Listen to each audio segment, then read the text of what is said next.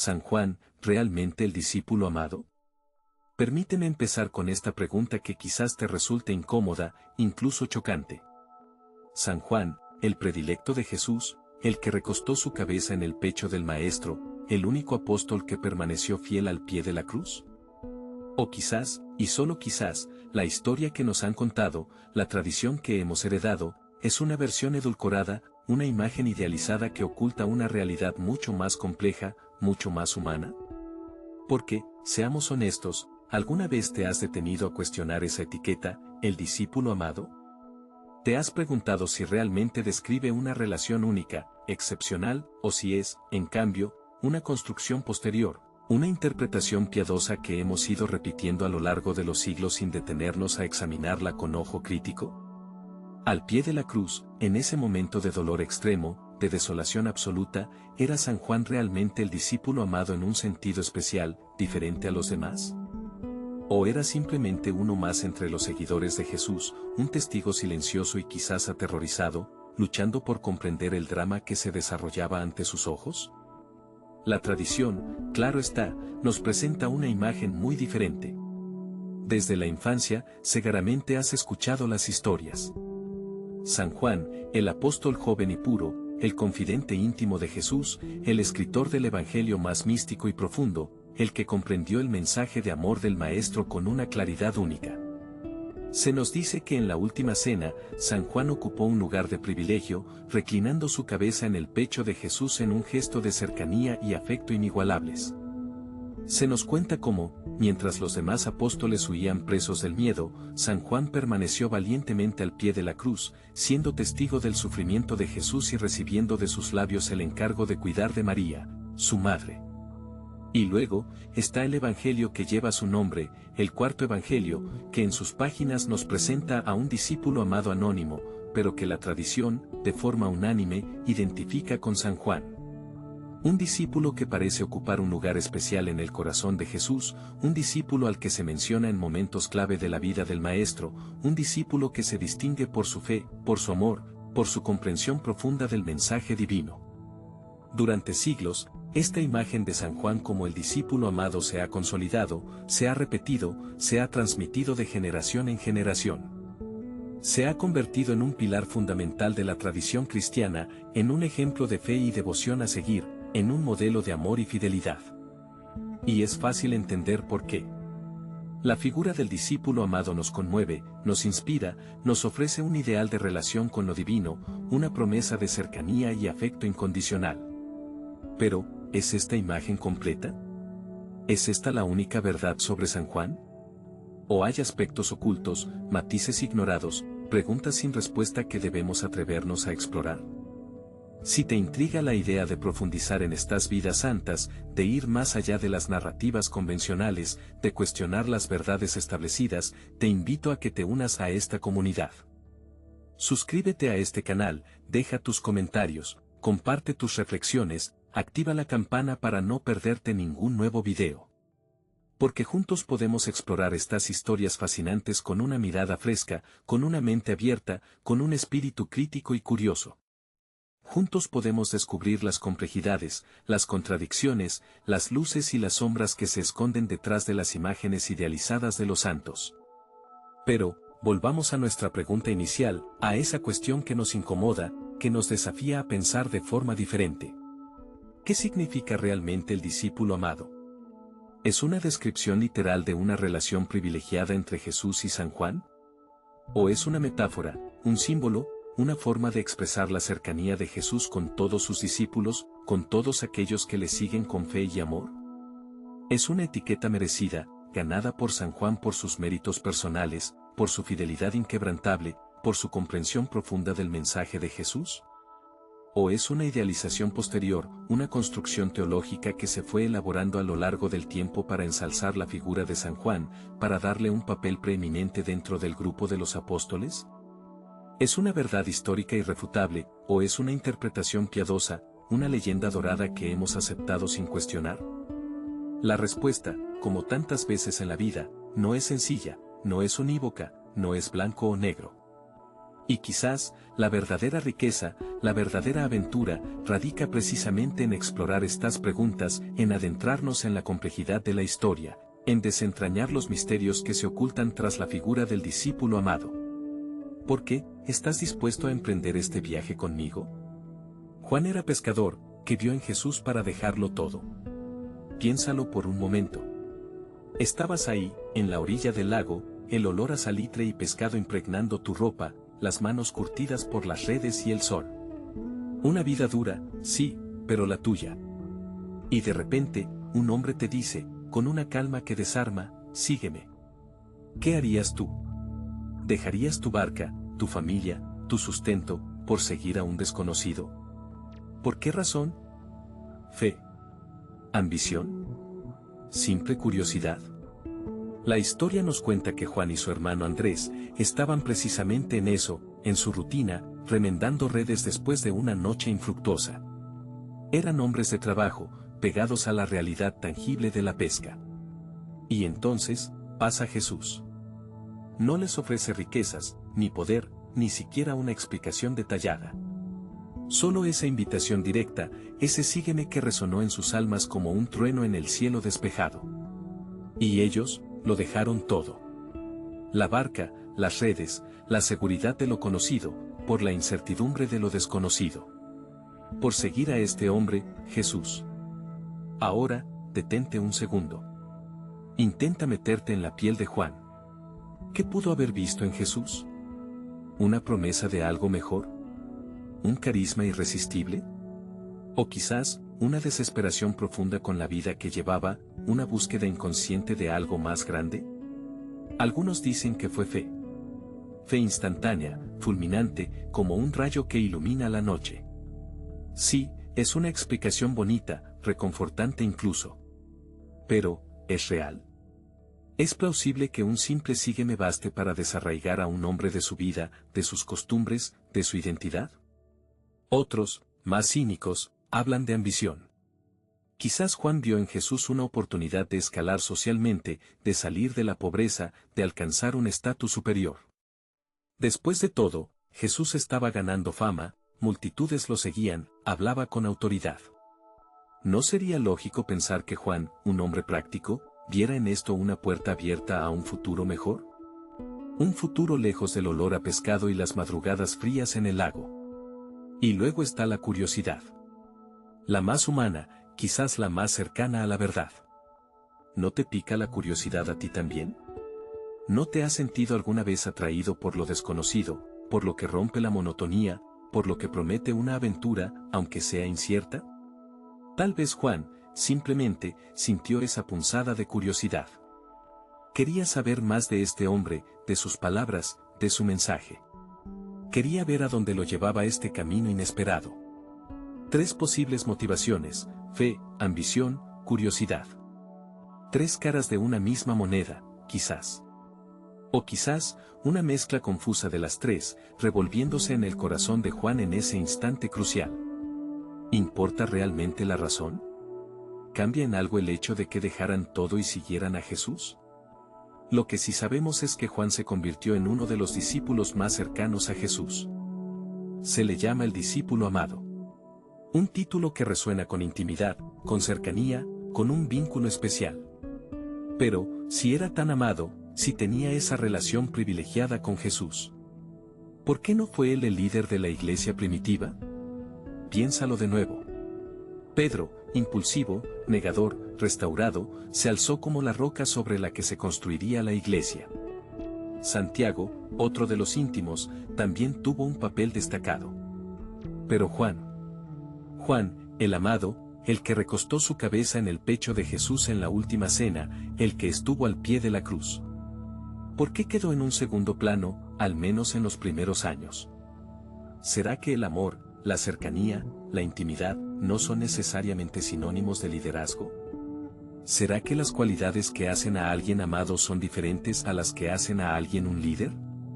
O quizás, la verdadera grandeza de Juan residía precisamente en su capacidad de amar, de seguir, de ser fiel en la sombra, sin necesidad de protagonismo. Esta historia, la del llamado de Juan y Andrés, es más que un relato bíblico.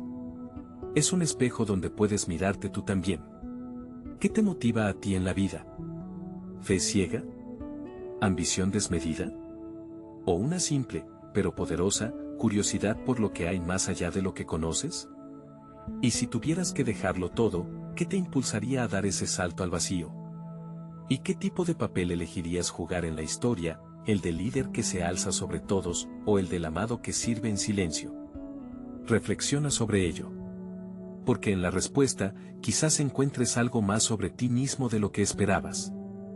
En esta historia, acompáñame a una habitación iluminada con velas, un espacio sagrado y a la vez cargado de un peso invisible. Imagínate sentado a una mesa, no una mesa cualquiera, sino el escenario de un drama que ha resonado durante 2 milenios. Estás en la última cena. 12 hombres reunidos alrededor, rostros iluminados por la luz vacilante, cada uno con su propia mezcla de esperanza y temor. En el centro, la figura serena, pero enigmática, de Jesús. Se respira un aire de solemnidad, de rito, pero si observas con atención, ¿no percibes también una corriente subterránea de inquietud? Se nos ha contado una y otra vez sobre el amor fraternal, sobre la comunión sagrada en esa habitación.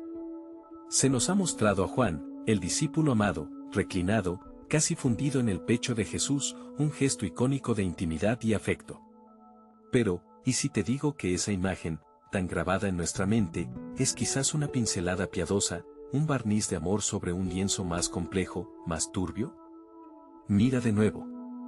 Observa las miradas furtivas, los silencios incómodos, las palabras medidas. ¿Es realmente amor lo que flota en el aire o es tensión? Tensión palpable, densa como el humo del incienso, porque en esa cena no solo se compartía pan y vino, sino también un secreto oscuro, una traición inminente. Juan, el predilecto. Se dice que estaba tan cerca, tan íntimamente unido a Jesús que podía escuchar los latidos de su corazón.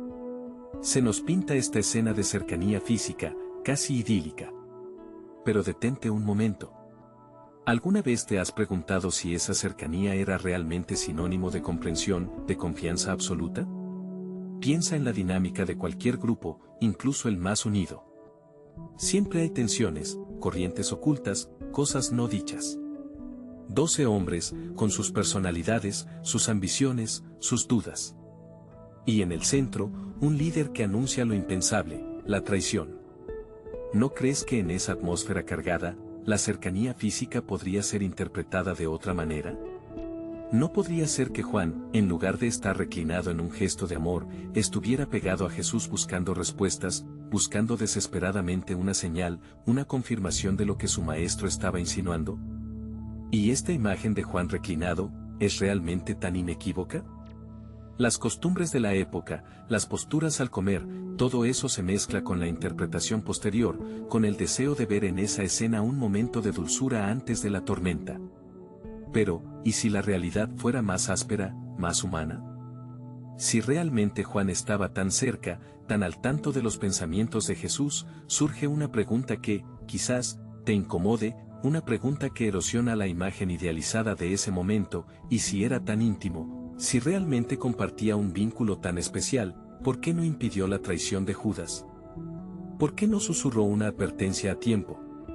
¿Por qué no desenmascaró a Judas antes de que fuera demasiado tarde? ¿Acaso su cercanía era solo física, superficial? O tal vez, lo más perturbador, ¿su cercanía no era suficiente? Tal vez, incluso el discípulo más amado, incluso el más cercano al corazón de Jesús, era impotente ante el destino, ante la maquinaria implacable de la traición. Piensa en el silencio de Juan en los momentos críticos.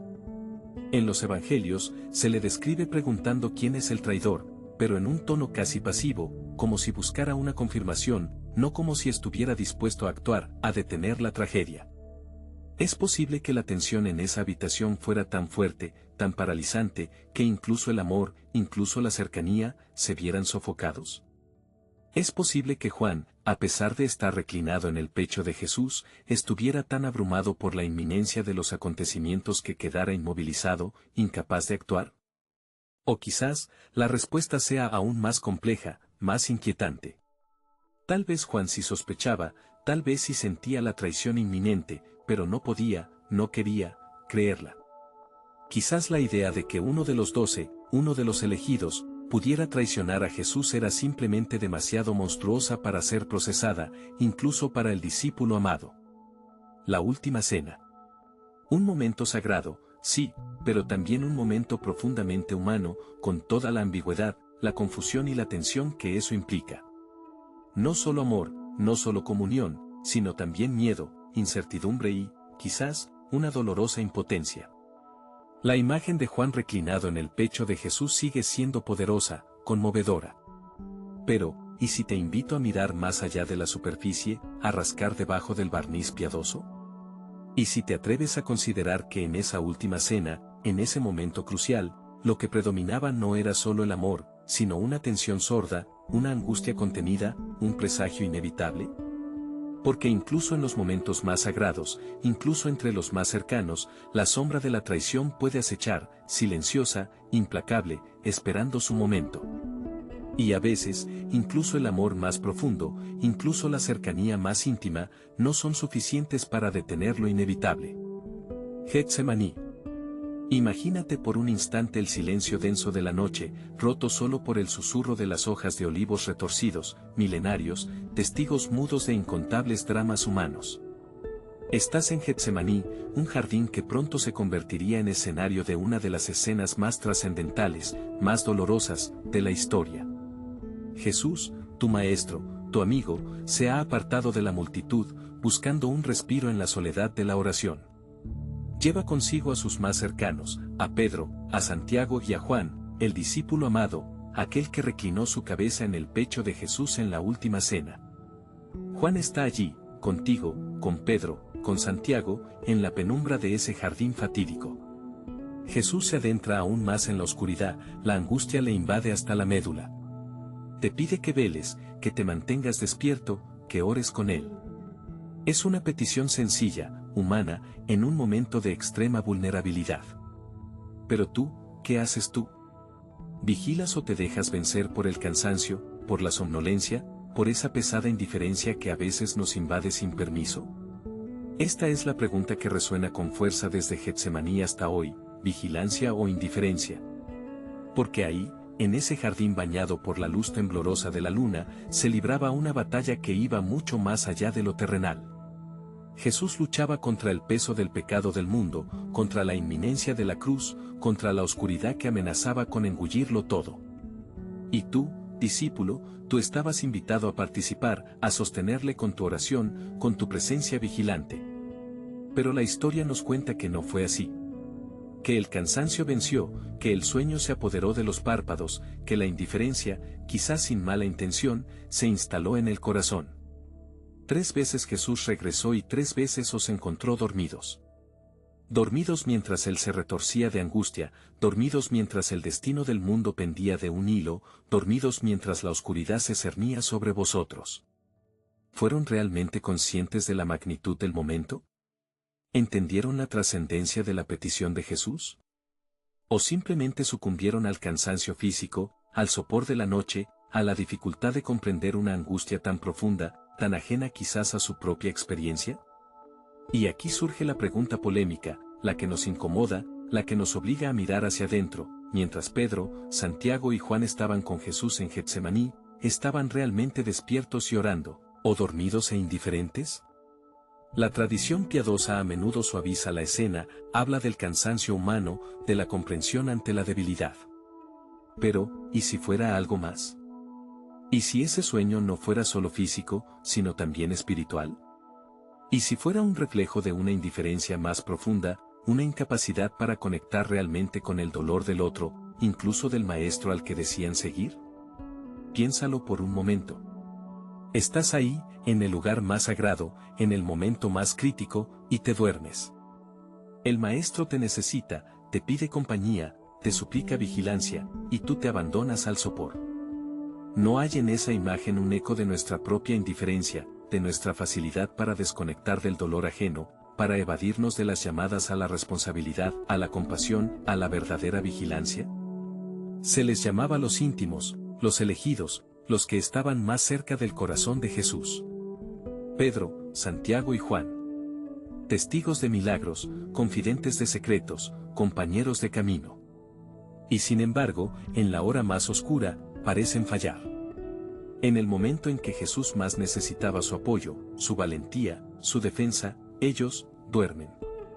Y aquí surge otra pregunta, una pregunta inductiva que nos lleva a indagar aún más en la complejidad de esta escena, si eran los íntimos, los elegidos, los que habían compartido momentos únicos con Jesús, ¿por qué no fueron más valientes en defenderlo cuando llegaron a arrestarlo? ¿Por qué no se interpusieron? ¿Por qué no lucharon? ¿Por qué no demostraron esa supuesta intimidad con una acción decidida, valiente, incluso arriesgada? Pedro, sí, Pedro sacó su espada e hirió a un siervo del sumo sacerdote. Un gesto impulsivo, quizás valiente a su manera, pero inmediatamente corregido por Jesús. Una valentía mal dirigida, ineficaz, incluso contraproducente. ¿Dónde estaba la valentía reflexiva, la valentía del compromiso firme, la valentía de la lealtad inquebrantable? ¿Acaso su intimidad era superficial, limitada a momentos de gloria, de milagros, de enseñanzas inspiradoras, pero incapaz de sostenerse en la adversidad, en el dolor, en el momento de la prueba suprema? ¿Es posible que la cercanía física no garantice la cercanía del corazón? ¿Que incluso los íntimos puedan sucumbir a la indiferencia, al miedo, a la falta de verdadera comprensión? Getsemaní nos confronta con nuestra propia fragilidad, con nuestra propia capacidad para la indiferencia, incluso en los momentos más trascendentales. Nos obliga a preguntarnos si nuestra vigilancia es real o aparente, si nuestra cercanía a Jesús es auténtica o superficial, si nuestro compromiso es firme o volátil. En ese jardín oscuro, en esa noche decisiva, Pedro, Santiago y Juan quizás no eran tan diferentes de nosotros. Quizás su sueño, su aparente indiferencia, es un espejo en el que podemos vernos reflejados. Un espejo que nos invita a despertar, a sacudirnos la somnolencia espiritual, a elegir la vigilancia activa, la compasión sincera, el compromiso valiente. Porque la pregunta de Getsemaní sigue resonando hoy, en tu propia Getsemaní, en tus momentos de prueba, en tus encrucijadas vitales, ¿eliges la vigilancia o la indiferencia?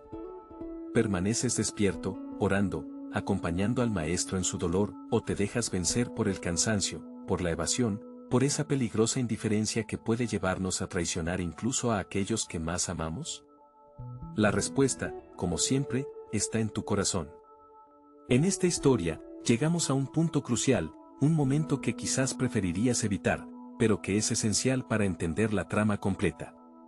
Te encuentras en la oscuridad del huerto de Getsemaní, el aire denso con la tensión de la traición. Las antorchas parpadean, iluminando rostros llenos de una determinación sombría. Jesús, a quien has seguido, a quien quizás has llegado a admirar, está siendo arrestado. ¿Y tú, dónde estás? No te engañes, no te imagines como un espectador distante. Tú eres uno de ellos. Eras parte de ese círculo íntimo, uno de los que escuchó sus enseñanzas, presenció sus milagros, juró lealtad eterna. Y ahora, en esta hora oscura, ¿qué haces? La verdad, cruda y sin adornos, es que huyes. Corres con los demás, tropezando en la oscuridad, el miedo helando tu sangre. Las promesas de fidelidad, las declaraciones apasionadas de seguirlo hasta la muerte, todo se desvanece en el estampido de pies corriendo y el jadeo agitado. La estampida es general. Todos huyen. Pedro, el impetuoso, Santiago, el firme, Andrés, el pragmático, todos se dispersan como hojas al viento. Y Juan, el llamado discípulo amado. En esta escena de pánico y desbandada, ¿dónde lo colocas? ¿Te atreves a imaginarlo diferente? A menudo se le presenta como una figura excepcional, un modelo de fidelidad inquebrantable. Pero, ¿es esa la historia completa? ¿Omitimos convenientemente la parte incómoda, la que mancha la imagen idealizada? Piénsalo por un momento. La Biblia describe la huida de todos los discípulos. No hay asteriscos, no hay excepciones señaladas en negrita. Entonces todos los discípulos le abandonaron y huyeron, dice Mateo 26, 56. Marcos 14, 50 dice algo similar, y abandonándole, huyeron todos. ¿Todo significa todos? Incluso Juan. Es una idea perturbadora, lo sé. Rompe un poco la narrativa pulida que quizás te han contado. Pero, ¿no es más honesto reconocer la fragilidad humana, la tendencia a la autoprotección, incluso en aquellos que estaban más cerca de Jesús? Negar la huida de Juan, insistir en su excepcionalidad desde el principio, ¿no es minimizar la fuerza real de la prueba que enfrentaron? Imagina el miedo paralizante que debió apoderarse de ellos. La brutalidad del arresto, la amenaza implícita en las espadas y los garrotes, la confusión y el terror ante lo inesperado. Eran hombres sencillos, pescadores, campesinos, no guerreros entrenados. Se habían unido a un movimiento que prometía esperanza, pero ahora se enfrentaban a la furia del poder establecido. ¿Puedes culparlos por ceder al instinto más básico, el de la supervivencia? ¿Y Juan, no era también humano? ¿No era también susceptible al miedo, a la duda, a la debilidad? Si todos huyeron, como dicen los evangelios, ¿por qué insistimos en crear una excepción para él en este momento preciso? ¿Acaso el título de discípulo amado lo inmuniza contra la fragilidad humana? ¿Lo convierte en un superhombre de la fe, intocable por el pánico que consumió a sus compañeros? La deserción es dura de aceptar, especialmente cuando se trata de figuras que admiramos. Preferiríamos héroes infalibles, modelos perfectos. Pero la historia bíblica, en su honestidad brutal, nos muestra algo diferente. Nos muestra a hombres imperfectos, asustados, que flaquean en el momento más crítico. Y quizás, en esa imperfección, en esa vulnerabilidad, encontramos una conexión más profunda con ellos, y quizás incluso contigo mismo. Porque, ¿no te has sentido tú también alguna vez así? ¿No has huido tú también, metafóricamente hablando, en momentos de prueba? ¿No has negado tus convicciones, te has escondido en la multitud, has priorizado tu seguridad por encima de lo que creías correcto? La deserción de los discípulos no es una condena distante, es un espejo que refleja una parte oscura, pero real, de la experiencia humana. Pero entonces, si todos huyeron, si incluso el discípulo amado se dispersó en la noche, ¿cómo explicas lo que sucede después? ¿Cómo explicas la figura de Juan al pie de la cruz, mientras los demás no están? Si todos desertaron en Getsemaní, ¿qué cambió? ¿Qué lo trajo de vuelta, solo, valiente, en un lugar tan peligroso como el Calvario? Esa es la pregunta que debemos explorar a continuación. Porque la historia no termina en la huida, sino en la posibilidad de la redención, del arrepentimiento, y quizás, de un amor que supera incluso el miedo más paralizante. Estás ahí, al pie de la cruz. El sol de la tarde, si es que aún se atreve a mostrarse, pinta el cielo de tonos violáceos y sangrientos, un reflejo pálido de lo que está ocurriendo. El aire huele a sudor, a tierra removida, al miedo punzante que emana de la multitud que observa, contenida, macabra. Pero tú no miras a la multitud. Tus ojos, como imanes doloridos, están fijos en él. Él, tu maestro, tu amigo, el que te llamó hijo del trueno y ahora cuelga, desfigurado, entre el cielo y la tierra. ¿Valentía? ¿Es eso lo que te ha traído hasta aquí? ¿O es algo más, algo que pesa en el alma, una fuerza invisible que te arrastra, te empuja, te obliga a estar donde estás? Porque seamos honestos, la mayoría huyó. Los que juraron lealtad eterna, los que comieron a su mesa, los que vieron milagros con sus propios ojos, se dispersaron como hojas al viento. Y tú estás aquí. Solo. Bueno, no solo. Está ella, su madre, María. Su rostro, una máscara de dolor mudo, te observa también a ti, buscando quizás un atisbo de esperanza en medio de la desolación. Y entonces, en medio del tormento físico y espiritual, él habla. Sus palabras, débiles pero claras, cortan el silencio opresivo. Te señala a ti, Juan. Y luego a María. Mujer, ahí tienes a tu hijo. Hijo, ahí tienes a tu madre. Un encargo. Una encomienda en el momento más crucial, más desgarrador. Jesús, en la agonía, piensa en su madre. Y te piensa a ti. Te confía lo más preciado, lo más vulnerable. María, la mujer que lo engendró, la que lo crió, queda ahora en tus manos. Pero, ¿fue un acto de valentía por tu parte estar ahí, Juan? ¿O fue, en realidad, una obligación impuesta, un último mandato en la hora más oscura? Reflexiona. ¿Podrías haberte ido? ¿Habría sido comprensible, humano, buscar refugio, protegerte del horror? Seguramente sí. Nadie te habría juzgado con dureza por huir ante semejante espectáculo. El miedo es un instinto poderoso, un consejero persuasivo. Y sin embargo, ahí estabas. Piensa en las implicaciones de esas palabras de Jesús. No te pide un favor, no te sugiere una posibilidad. Te dice ahí tienes a tu madre. Es una afirmación, una declaración, casi una orden. ¿Y tú, te sentiste honrado? ¿Abrumado? ¿Atrapado? ¿Pensaste en ese momento en las consecuencias, en la responsabilidad inmensa que se depositaba sobre tus hombros? Cuidar de María, la madre del Mesías, en un mundo hostil, incierto, peligroso. No era una tarea menor. No era un encargo para tomar a la ligera. Y aquí surge una pregunta que quizás nunca te has planteado con suficiente profundidad. Si Jesús te confió a su madre, si te consideró digno de semejante encargo en un momento tan crítico, ¿por qué no te encomendó tareas más visibles, más protagónicas en la iglesia primitiva después de la resurrección? Pedro, sí, la piedra sobre la que edificaría su iglesia. Pablo, el apóstol de los gentiles, el incansable misionero.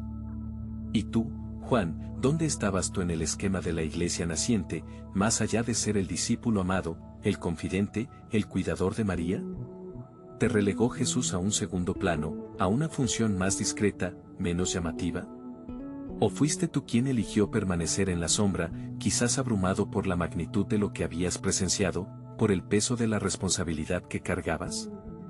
¿Te sentías más cómodo en el papel de testigo silencioso, de observador contemplativo, que en el de líder carismático, de figura pública? Es fácil idealizar la figura de Juan al pie de la cruz, verlo como el arquetipo del discípulo valiente, incondicional. Pero, ¿no es acaso más humano, más real, reconocer la complejidad de sus motivaciones, la ambigüedad de sus sentimientos? Tal vez había valentía en su permanencia, sí, pero también quizás un sentido del deber profundamente arraigado, una lealtad inquebrantable, incluso una cierta resignación ante lo inevitable. Y tal vez, en esa mezcla confusa de emociones, reside la verdadera grandeza de su acto. No una valentía fanfarrona, exhibicionista, sino una valentía silenciosa, contenida, nacida del amor y la obligación, entrelazados de manera inextricable. ¿Por qué, acaso el amor verdadero no impone sus propias obligaciones? ¿No nos ata a compromisos que a veces preferiríamos evitar? ¿No nos empuja a actuar incluso cuando el miedo nos paraliza, cuando la duda nos corroe? Quizás la pregunta no sea si fue valentía u obligación. Quizás la pregunta sea si acaso existe diferencia entre ambas cuando el amor es el motor que las impulsa. Y tú, al pie de esa cruz, Juan, amabas lo suficiente como para que la obligación se confundiera con la valentía, y la valentía se nutriera de la obligación. Esa, quizás, sea la verdadera lección oculta en este capítulo de la historia. Una lección que resuena hasta nuestros días, interpelándote directamente a ti, aquí y ahora. Cuidar de María, la Madre de Jesús, ¿una carga o un honor? Detente un momento a considerar esta pregunta. Durante siglos, teólogos, historiadores y creyentes se han enfrentado a esta cuestión, debatiendo si la encomienda de Jesús a Juan en la cruz fue una bendición sublime o un peso considerable para el joven apóstol. Imagina la escena. Gólgota. El aire denso, cargado de dolor y expectación. Jesús, en la agonía final, pronuncia palabras dirigidas a su madre y a Juan, el discípulo amado. Mujer, ahí tienes a tu hijo. Ahí tienes a tu madre. Una encomienda, un traspaso de responsabilidad en el momento más trascendental de la historia. Pero, ¿qué significaba realmente para Juan? Por un lado, podríamos ver un honor incomparable. Ser elegido por el mismísimo Jesús en sus últimos instantes para cuidar de su madre. La Madre de Dios. Un privilegio espiritual inmenso, una conexión directa con el corazón mismo de la fe. Piensa en las historias que María podría haber compartido, los recuerdos íntimos de la infancia de Jesús, las revelaciones de su vida oculta. Vivir bajo el mismo techo que María, beber de su sabiduría, ser testigo de su fe inquebrantable. ¿No sería eso una escuela de discipulado única, una ventana privilegiada al misterio de la encarnación? Pero detente. Considera la otra cara de la moneda. ¿Fue realmente un honor incuestionable? ¿O podría haber sido también una carga? Una carga impuesta por la circunstancia, por el amor de Jesús, sí, pero al fin y al cabo, una carga. Piensa en Juan. Un hombre joven, un apóstol en ciernes, llamado a predicar el Evangelio, a viajar, a fundar comunidades. De repente, se encuentra con la responsabilidad de cuidar a una mujer mayor, una mujer en duelo, una mujer cuya vida estaba intrínsecamente ligada a la figura más controvertida y revolucionaria de su tiempo. ¿Limitó esta responsabilidad la libertad de Juan? ¿Acaso le impidió dedicarse plenamente a su misión apostólica?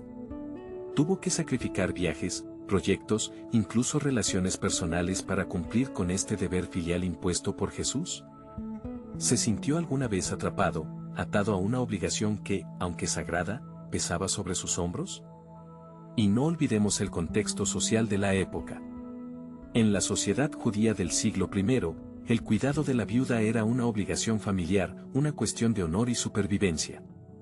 Pero, ¿era Juan familia de María en el sentido tradicional? No. Era un discípulo, un amigo, un hermano en la fe. ¿Cómo fue percibido este arreglo por la comunidad? ¿Hubo murmullos, críticas, incomprensión? ¿Se vio Juan alguna vez juzgado, cuestionado por asumir un papel que quizás no le correspondía según las normas sociales? Además, imagina el peso emocional. Vivir con María significaba vivir con el constante recuerdo de la pérdida, con el dolor latente de la crucifixión. María, aunque llena de fe, era también una madre que había perdido a su hijo de una manera brutal y pública. ¿Cómo afectó este ambiente de duelo constante al ánimo de Juan? Tuvo que ser no solo un cuidador, sino también un consuelo, un apoyo emocional constante para María. ¿Fue esto una fuente de fortaleza o de agotamiento para él? Ahora, considera esta pregunta inductiva: ¿vivir con la Madre de Jesús le dio a Juan una perspectiva única o le aisló de los otros apóstoles? Por un lado, es innegable que Juan debió adquirir una perspectiva única. Acceder a la intimidad de María, conocer sus recuerdos, escuchar sus reflexiones sobre Jesús, sin duda enriqueció profundamente su comprensión del mensaje evangélico. Imagínate las conversaciones nocturnas, las confidencias compartidas al calor del hogar.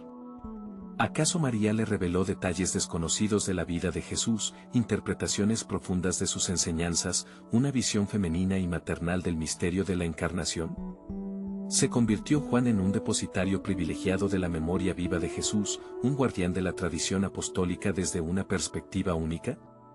Pero, por otro lado, ¿le aisló esta relación especial de los otros apóstoles?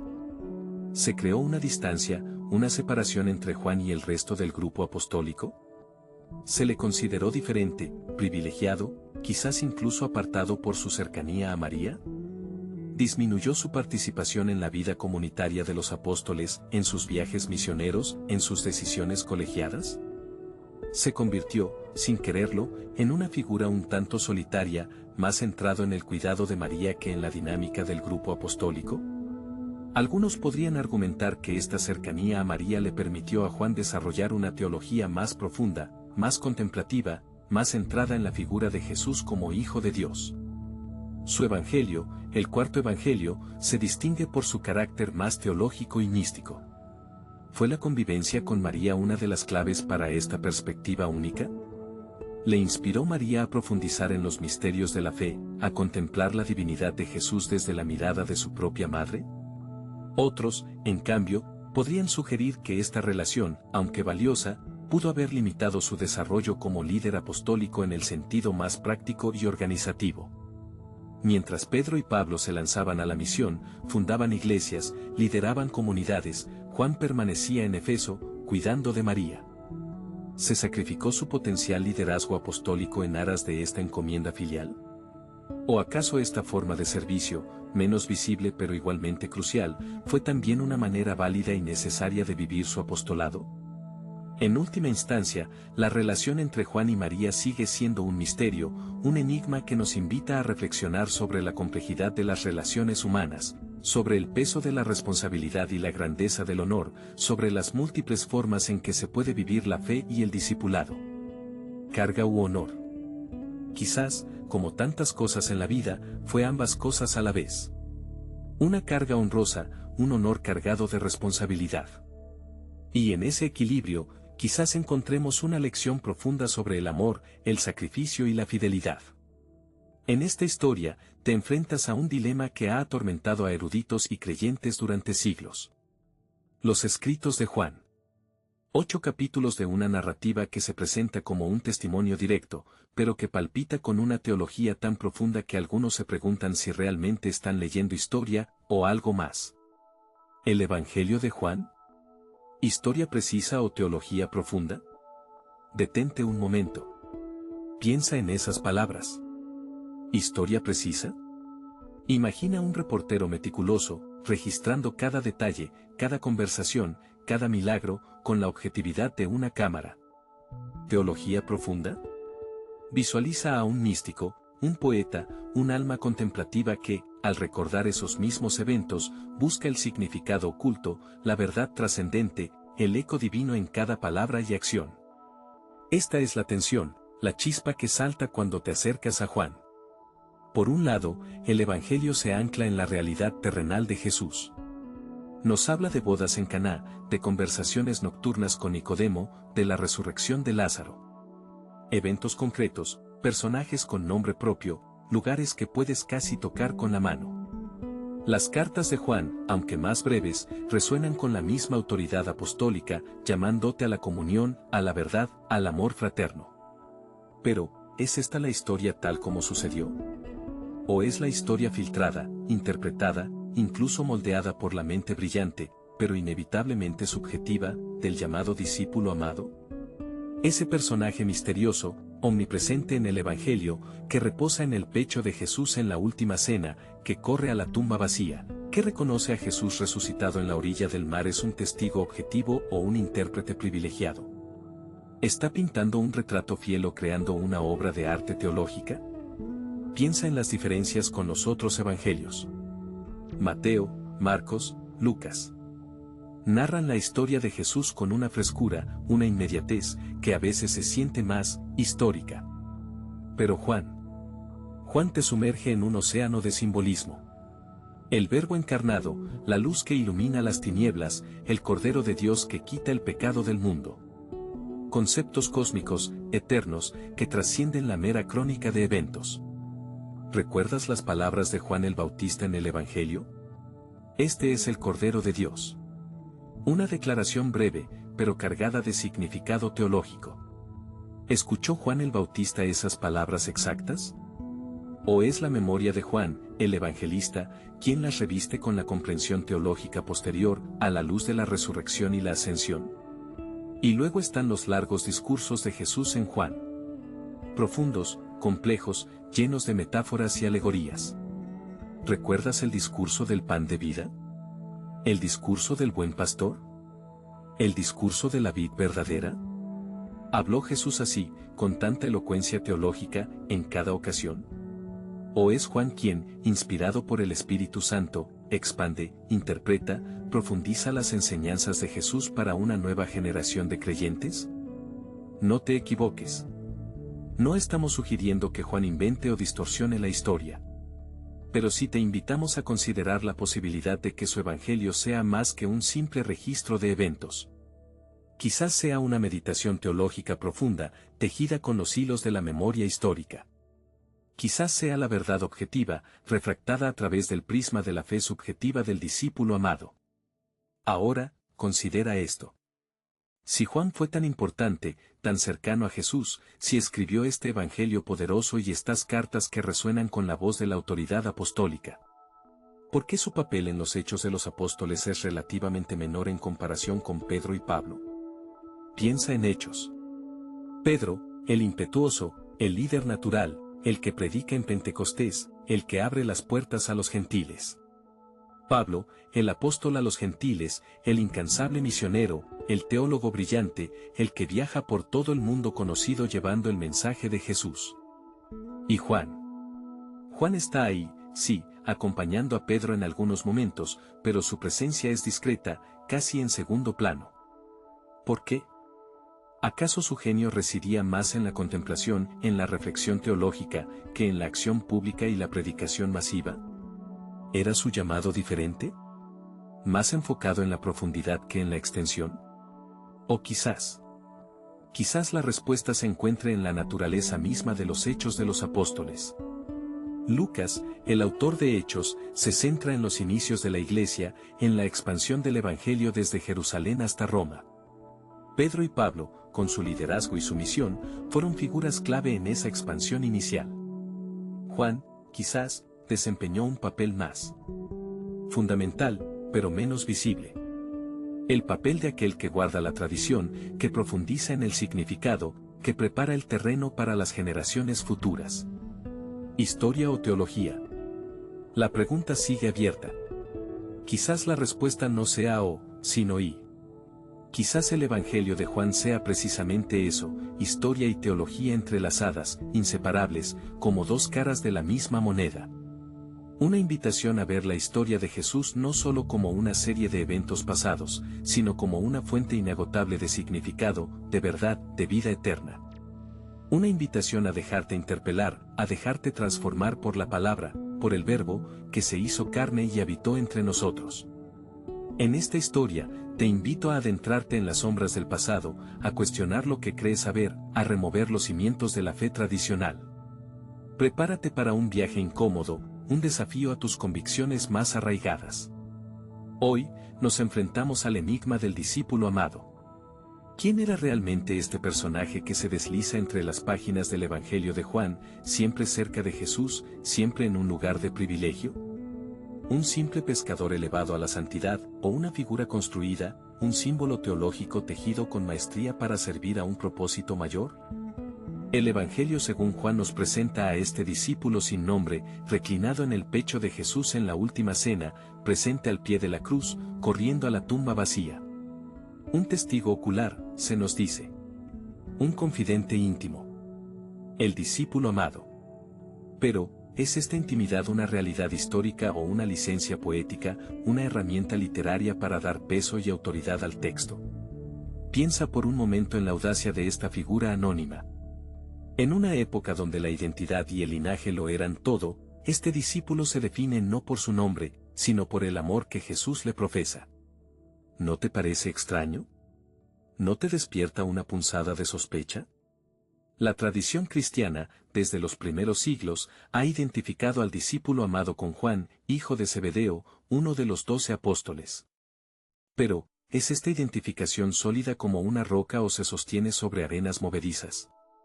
Algunos eruditos señalan que el Evangelio de Juan se diferencia notablemente de los otros evangelios, los sinópticos. Su teología es más profunda, su cristología más elevada, su estilo, singular. ¿Podría ser que este Evangelio, y la figura central del discípulo amado, representen una corriente teológica distinta dentro del cristianismo primitivo?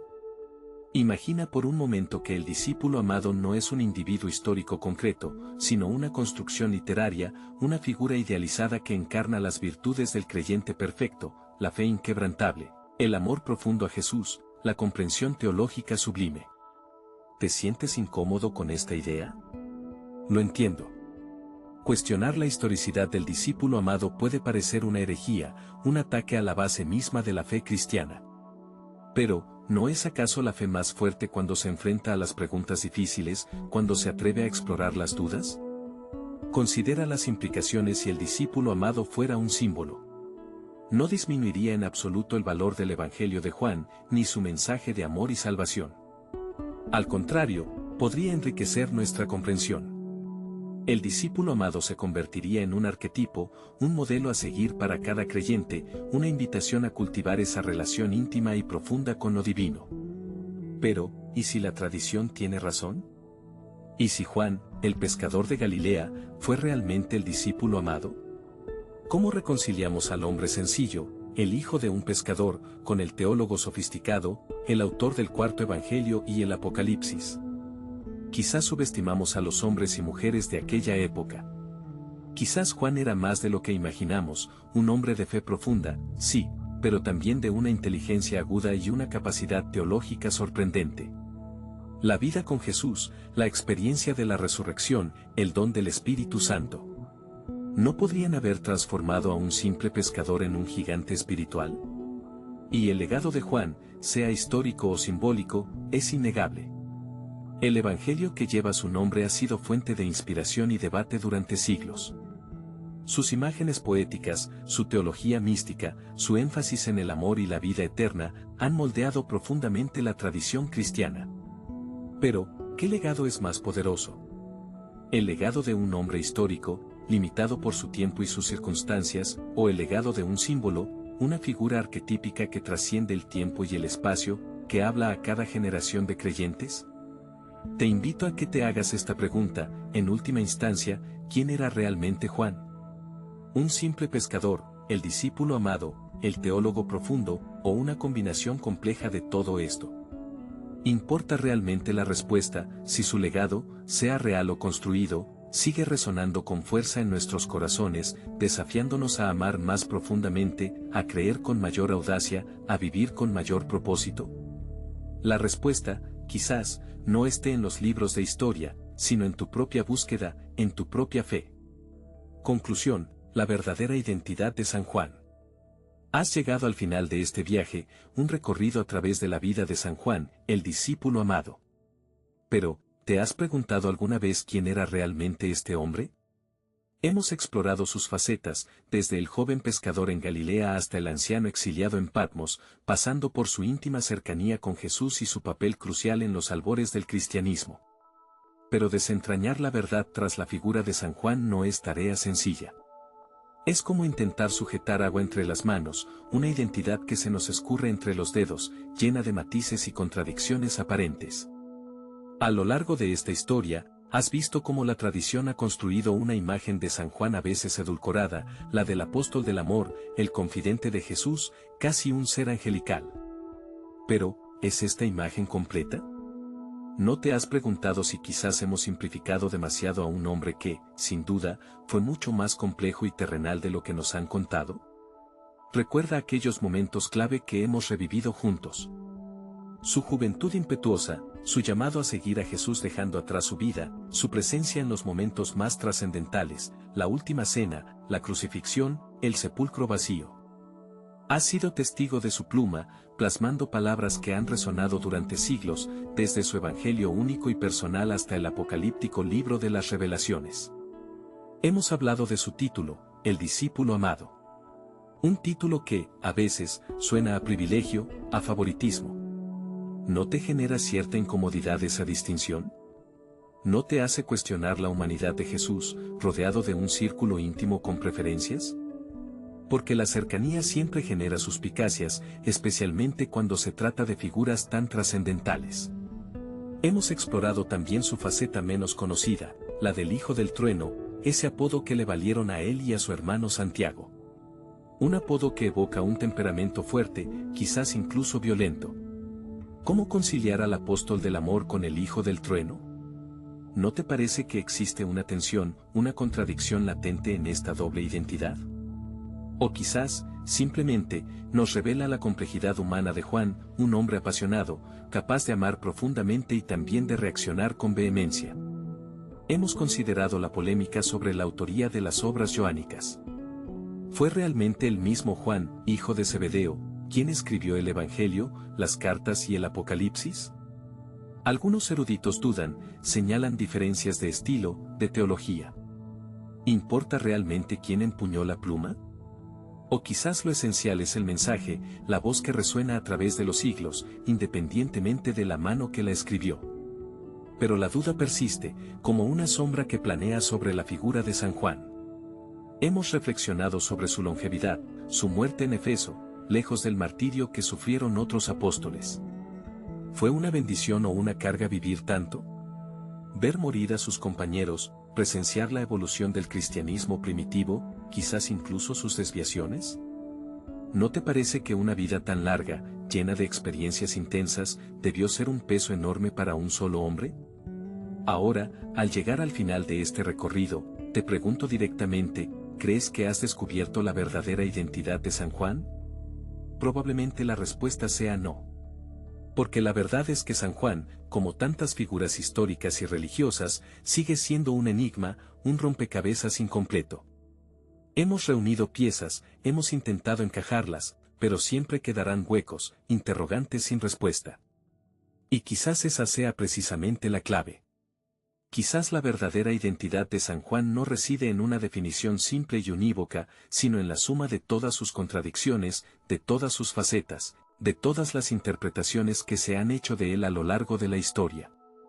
San Juan es el joven impetuoso y el anciano sabio, el discípulo amado y el hijo del trueno, el testigo silencioso y el escritor prolífico.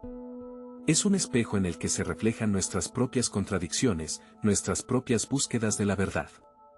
En última instancia, la figura de San Juan nos desafía a mirar más allá de las imágenes preconcebidas, a cuestionar las verdades establecidas, a buscar nuestra propia comprensión. No te conformes con la versión simplificada, edulcorada, del apóstol del amor.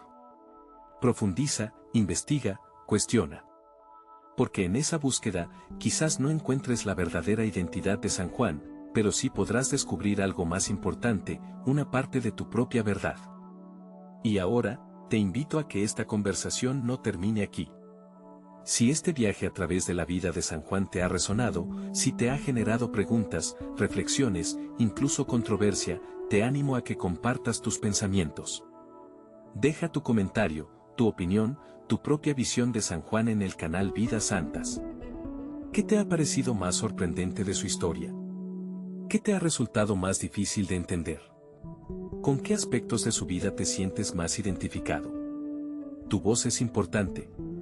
Únete a la conversación y sigamos explorando juntos las vidas de aquellos que, de una forma u otra, han marcado la historia de la fe.